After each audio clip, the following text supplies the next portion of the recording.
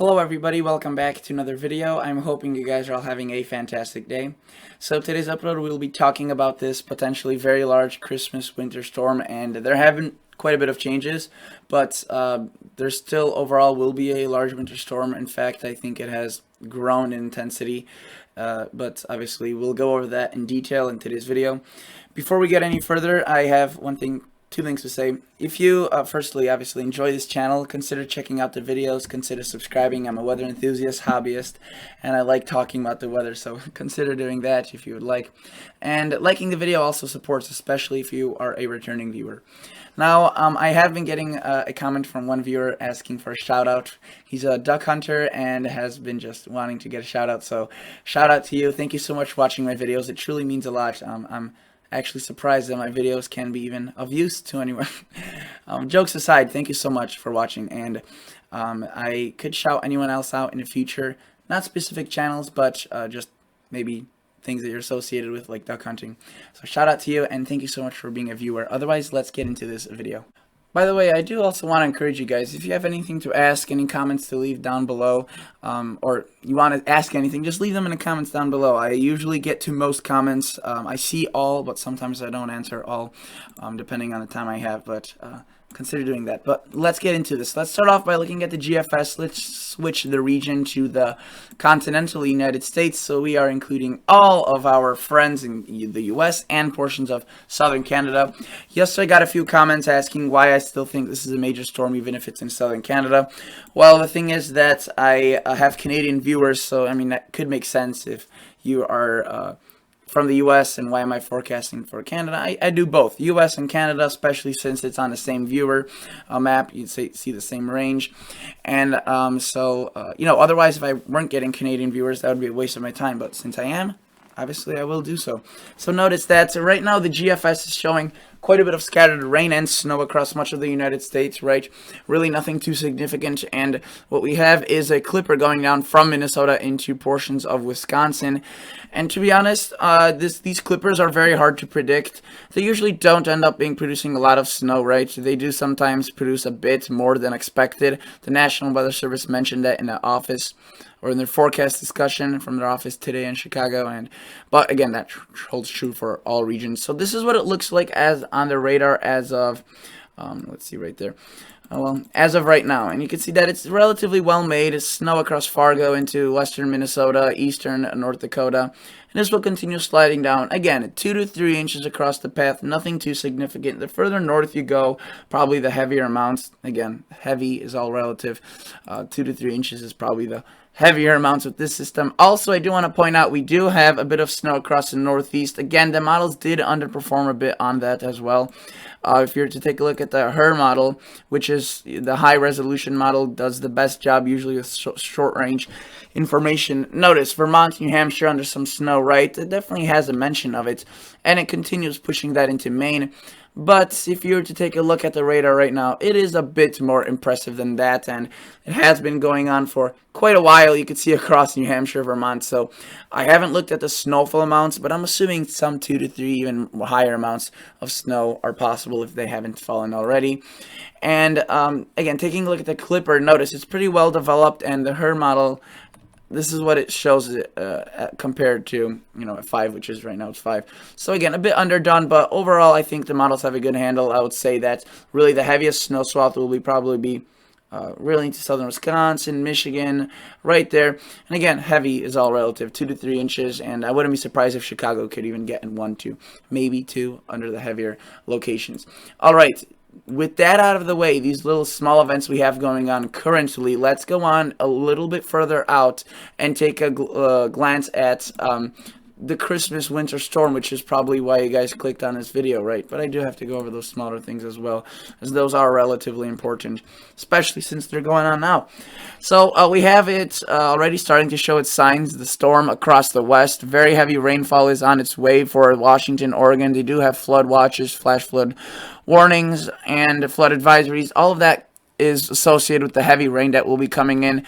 They've already been seeing lots and lots of rain this year, so this additional rain is really not needed, but they were in a severe drought, except that, you know, this is just too much at one given time. So there is if you will, too much of a good thing now going on across the Northwest. But we do have snow, right? It already comes on as a pretty well-developed system. By the way, the Clipper coming into Monday and Tuesday right before Christmas, 2 days before Christmas Eve.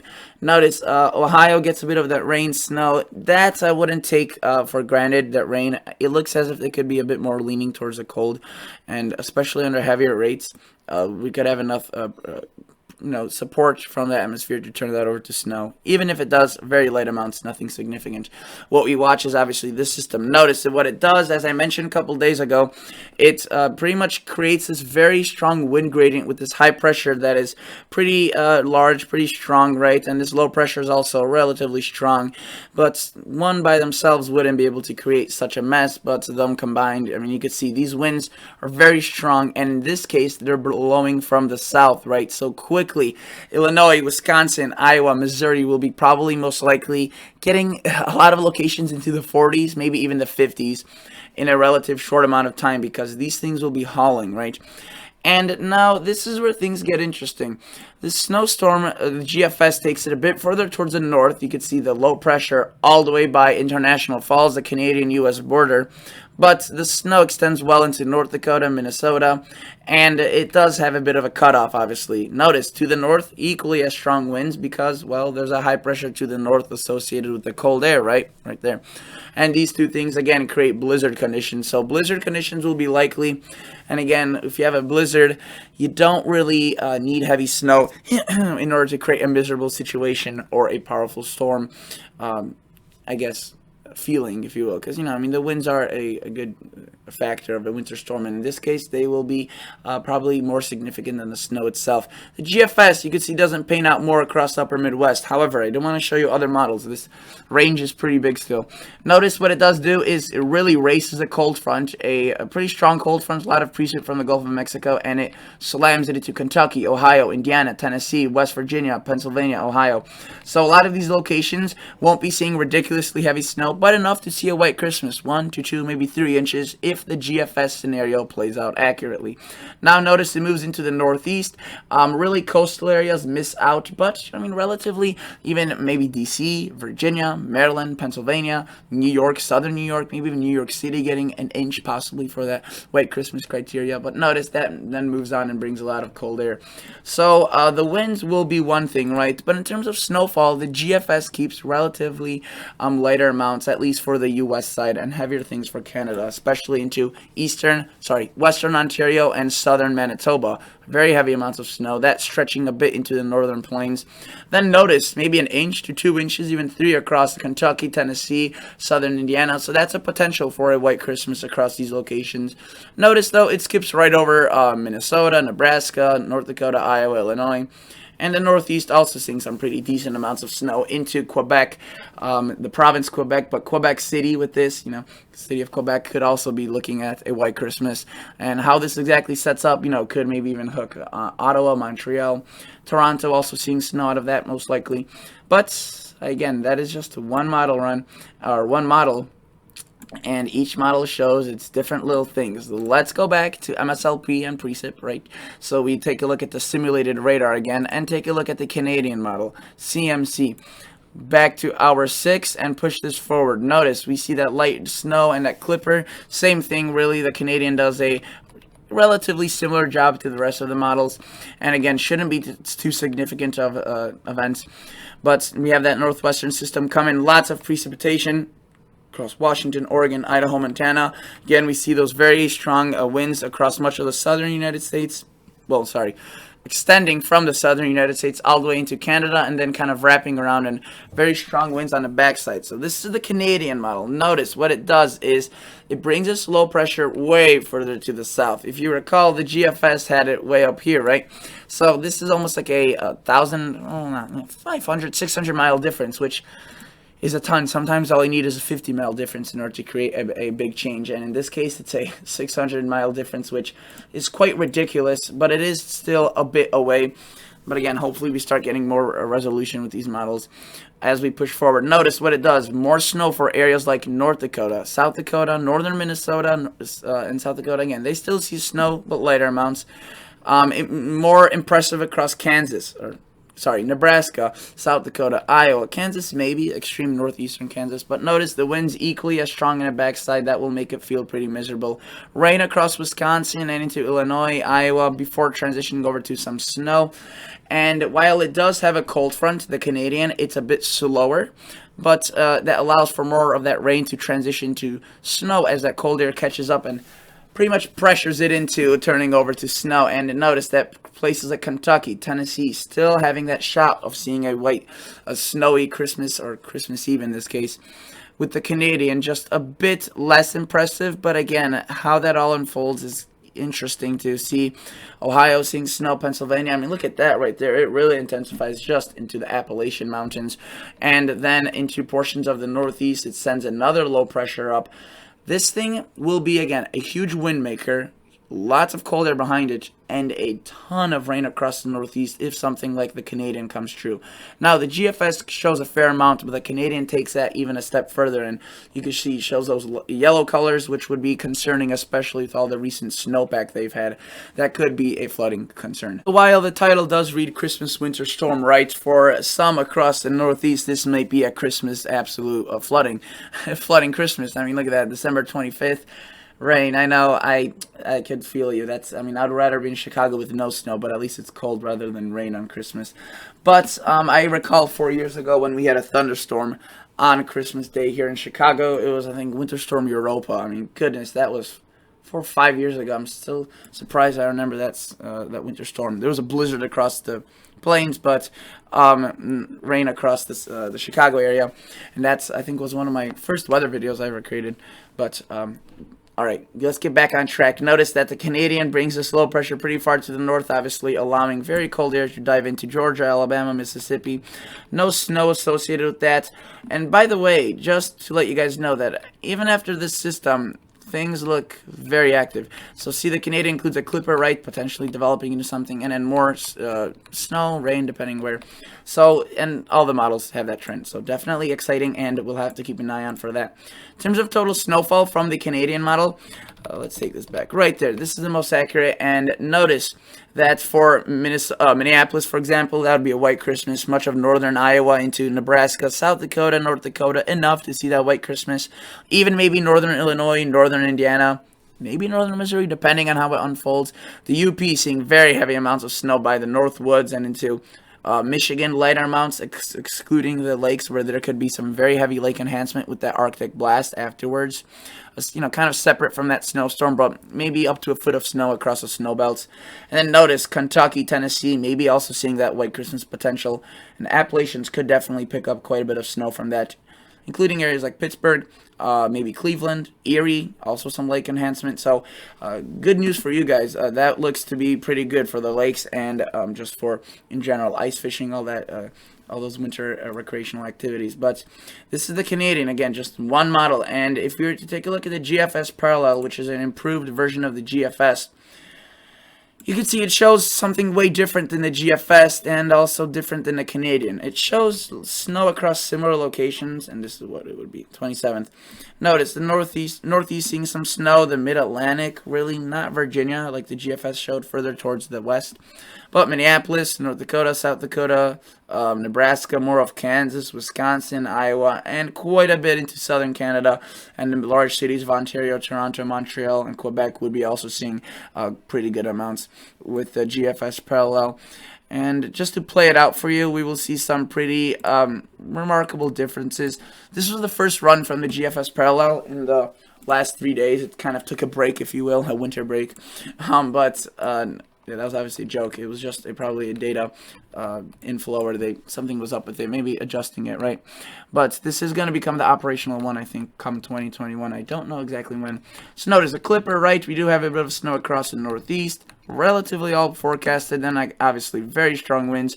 Most likely, I think blizzard warnings will be issued, and that will be associated obviously with the strong winds, not necessarily the heavy amounts of snow, or you don't need snow falling in order to have a blizzard. but in this case I think it will be across much of these locations. And notice that the GFS parallel, just wicked winds: Nebraska, Kansas, Iowa, Minnesota, Wisconsin, UP. Lots of rain from the southern side, and it transitions some of that rain into snow across Wisconsin, Illinois, and begins that wave. Right there. That racing cold front gets caught up with the racing cold air, and that transitions a lot of that rain into very snowy weather, and that could obviously produce that white Christmas. It does seem a bit less organized than what the GFS or especially the Canadian show with this second wave, but again, the GFS parallel sometimes is right, sometimes is wrong. Overall, it's a relatively good model, and just to show you the future, it keeps things very active. Even a potential cyclone of a nor'easter off the coast, that's very far out, just to show you things are active and definitely have the potential to remain active. So let's take a glance at other models. Indeed, we do have more, and one of those models is the European model. After I show you the European model, I will show you some of the high-resolution models, which are beginning to show the early stages of the system, and compare them to the operational models, the global models, if you will. So notice that this is the high-res European, right? We do have quite a bit of activity going on. Again, mainly that clipper and the little bit of light snow across the northeast. We do also have that main Christmas system moving on to the northwest. Again, very strong winds from the south, from the northwest side. The European takes more of a track originally, starting off to look like the GFS, really, right? You can see further towards the north, and it actually maintains that. If you recall, the Canadian kind of jumped low pressures, one towards the south. The European hasn't done a really good job. It's been the outlier most of the times. If you recall, yesterday it showed something different. Now it's showing something different. I mean, all models have, but generally the GFS and the GFS has stayed most consistent.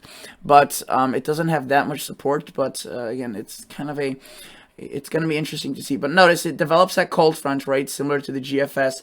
It races it across much of Illinois, Indiana, very strong, and how much, cold air is available will determine how much snow falls. Again, I would say 1 to 2 inches is possible for Chicago.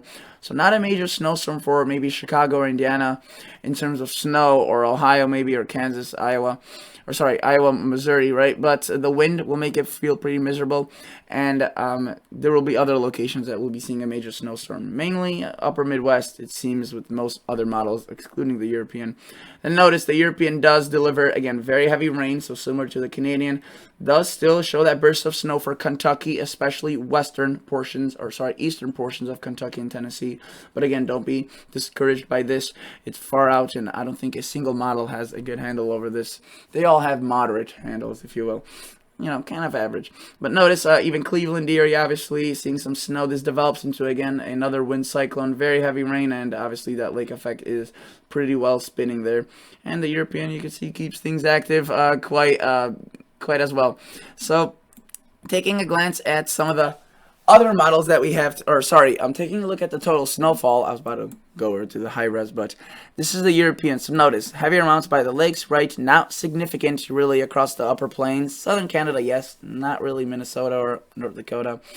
More into the New York, Pennsylvania area, the Appalachians, Kentucky, maybe even Tennessee, and then Southern Canada seeing some snow, and then look, the jackpot right there. So let's take a glance at some high-res models. The NAM. The NAMs are more, or the high-res in general, are more supportive of the Canadian and the GFS rather than the European, which further leads me to think the European is a bit not handling the situation well. By the way, let's take a look at the 18Z, because that was not the most recent run. And notice, this is what the NAM does. It starts showing, I'm just going to go over the snowfall. It starts showing snow across upper plains, right, but it quickly starts developing snow across Minnesota, Nebraska, Kansas. The only thing is, the NAM does so very gently, if you will. If you were to take a look at the surface and precip, it shows quite a bit of precip across these locations. It just doesn't really have that kick to formulate it into anything significant. Now, we'll have to see what that does. Again, the NAM has been pretty good. It was actually really good with this nor'easter. But for more Midwest systems, it's a bit iffy. But it has been doing a pretty good job this year. So we'll have to see possibly a scenario like this where strong winds, scattered snow showers, and snow bands across much of the United States and more significant towards Canada. But again, this is only through around the fourth, maybe half of the storm, as it only goes out to 84 hours. Now, the Our DPS is generally considered a better high-res model, or it has kind of performed better this year. But notice that what it does do is similar, right? Everything the same. We have that system move on to the United States and Northwest. Very strong winds Wednesday and Tuesday. Then that transitions over to more of a Canadian model setup. Notice the low with the GFS was up here. It was a low with the Canadian kind of formed right there, and so with the RDPS as well. And notice pretty heavy snow across Minneapolis. A blizzard, a full-fledged blizzard. I mean, you can see banding. We have very strong winds. Light rain initially developing into a pretty roaring cold front, and then again only takes us through the first half. How this will all play out will be determined in the next few days, and it doesn't take us to the Kentucky area or Tennessee. And again, the high res are accurate, right? But they do jump around, and usually a small shift could mean a huge track difference. So again, Kansas City still has potential, Des Moines, Chicago, even portions of Nebraska, obviously, maybe even northern Kansas. So there's a widespread, but again, a significant system is on its way. And even if it's not a more significant one, it turns out something more like the NAM, there will be locations across southern Canada seeing heavy snow. The lakes, the lake effect will be full force afterwards, and of course the cold air. So that is basically it for today's video. Thank you guys so much for watching, and I will have more videos, so stay tuned. But that is it for me today. Consider subscribing, liking, and I'll catch you all guys in the next episode. See ya. Bye.